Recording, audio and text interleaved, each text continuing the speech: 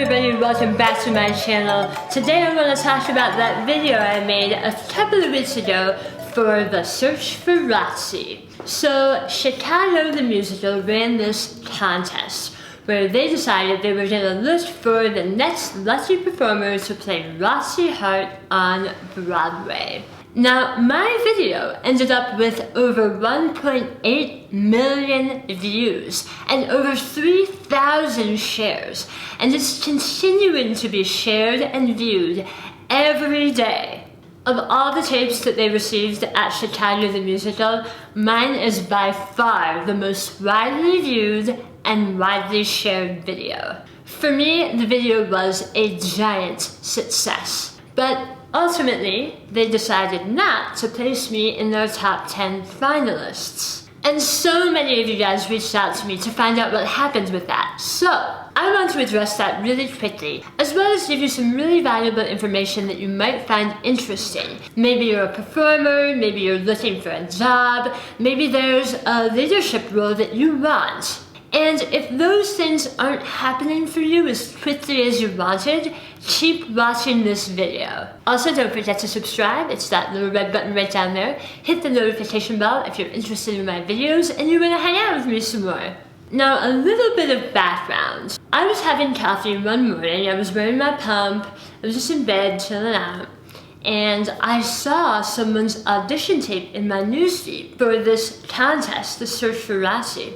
And I looked at her video, and then I went to the contest webpage and looked at the rules. And it seemed that they were encouraging people to make Facebook videos out of these audition tapes. And I said, Facebook video? Hold my beer. I knew if this contest had anything to do with social media or shares or views that I could probably do a really good job getting a video out that people would actually watch and share. So I called up my friend Michael Thorsh, who is a dancer and choreographer, and I said, hey, what are you doing right now? Do you want to come over and help me learn some choreography? And he said, yeah. So he stopped what he was doing and he came to my house. Now, here was the thing. It was Saturday morning at that time. This video contest deadline was Monday. So we had a ton of work to do in a short amount of time. There are tons of reasons why things don't happen quickly for us, even if we're working really hard. Especially when it comes to booking a role in a show or getting a job. I mean, there's lots of different factors that play into that.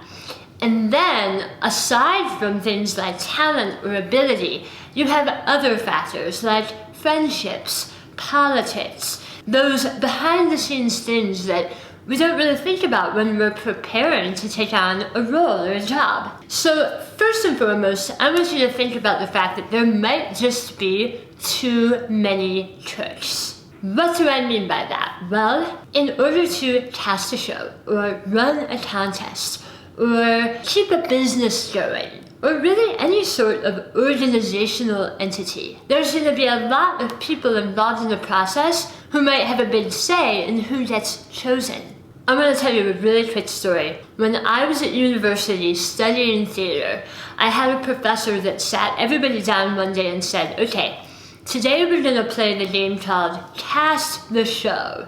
And in order to cast the show, he gave all of us different roles, and he said, you're the writer, and you want this person. You're the director, and you want this person. Plus, you want to sleep with this person. You're the director's wife, and you're sitting on the panel, and you want anybody but this person. Okay, everyone, cast the show. And that, my friends, is why it's so important to never take anything personally, even if it feels like we're being rejected. Oftentimes, it's not even that they were rejecting you. It's simply that they were choosing someone else, maybe because they had to. There's reasons you never even thought of that have nothing to do with talent or ability. So never take anything personally if you're not getting a job or a role that you really, really want right away. The next thing I want to talk about is maybe you simply took too many risks. Now hear me out, because I took huge risks putting together this video. For this particular contest, I broke so many rules. Now, when you're running a contest, rules are really important. It makes the people involved and the people who are putting their time and energy into it feel like the playing field is level and that the contest is actually fair.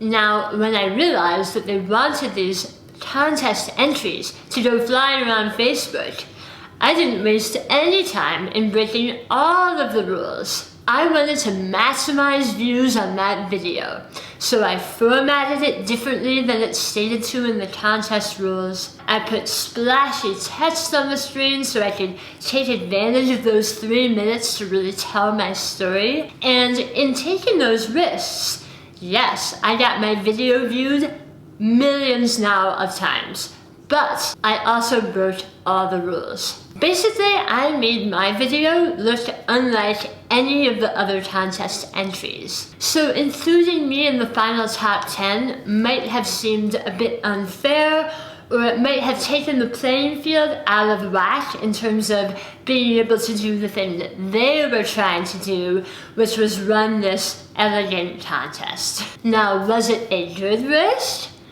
Absolutely. Guys, I wouldn't take that back in a million years. I got nearly 2 million sets of eyes on my video and on their contest. It was good for me and it was good for them. Just because Chicago couldn't choose me for their top 10 doesn't mean that they don't appreciate that sort of promotion. Down the road, that kind of ability to advertise with impactful videos could be valuable to maybe another theater that's struggling with ticket sales. In this case, I think that there are lots of other opportunities for organizations or theaters that might want to partner with a social media personality who can actually get eyes on the promotions and butts in the seats. So all the work I've been doing the past couple of years, learning this internet marketing, learning how to make engaging material, none of that is going to waste. Now for you, it might be a different skill set that puts you ahead of the pack, but that brings me to my next point, which is keep expanding your skill set. Become as valuable as you can be. When I entered this contest, I knew that the marketing skills I've been working on for the past 2 years would set me really far ahead of everybody else in terms of getting eyes on my video. Even though I wasn't chosen, those skills set my video apart exponentially. And here's an interesting thought. Think of it this way. There is a small and finite amount of seats in the theater in New York City that hosts Chicago the Musical. So any given night of the week, there's only so many people that can fit in there and watch the show, right? But my video was viewed almost 2 million times. So even if I got the part on Broadway, it would take years for that many people to see me in Chicago the Musical on Broadway.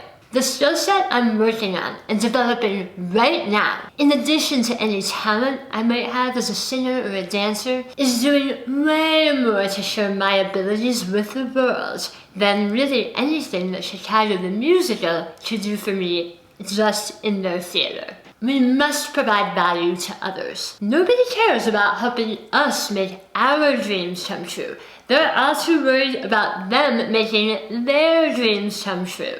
So as an actor or a leader or a job applicant, we must be able to understand that collaborative process. And we have to be able to bring something to the table besides just sparkling good looks or an amazing personality.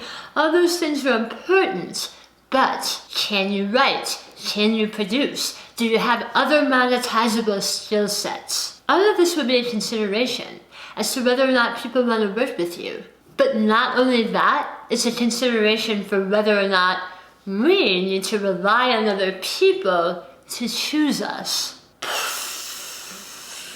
Finally, just remember, you never have to wait for permission to do what you do. Connecting our actions to our why. Why do you want to be in the show? Why do you want to be a leader? Why do you want a certain job? If it's just for the feeling of being chosen, if it's just for the ego boost, or if we do it to be the singingest singer or the danciest dancer because we are so talented and everybody loves us and wants to see us, guys, that is not going to cut it.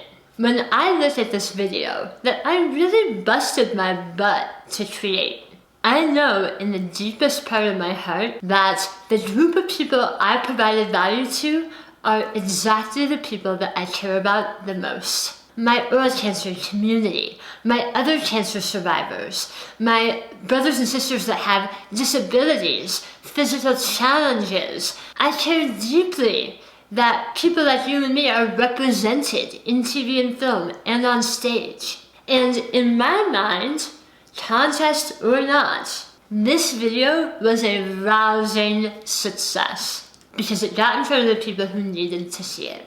So keep creating, keep working, keep innovating, keep connecting your work to your why, to your community, to your inner motivation. And this magical thing happens, guys. When we're working for them and not for ourselves, we will never have to wait for others to give us permission to do what we love. We're gonna look up one day and realize we're already doing it, and everything will come together.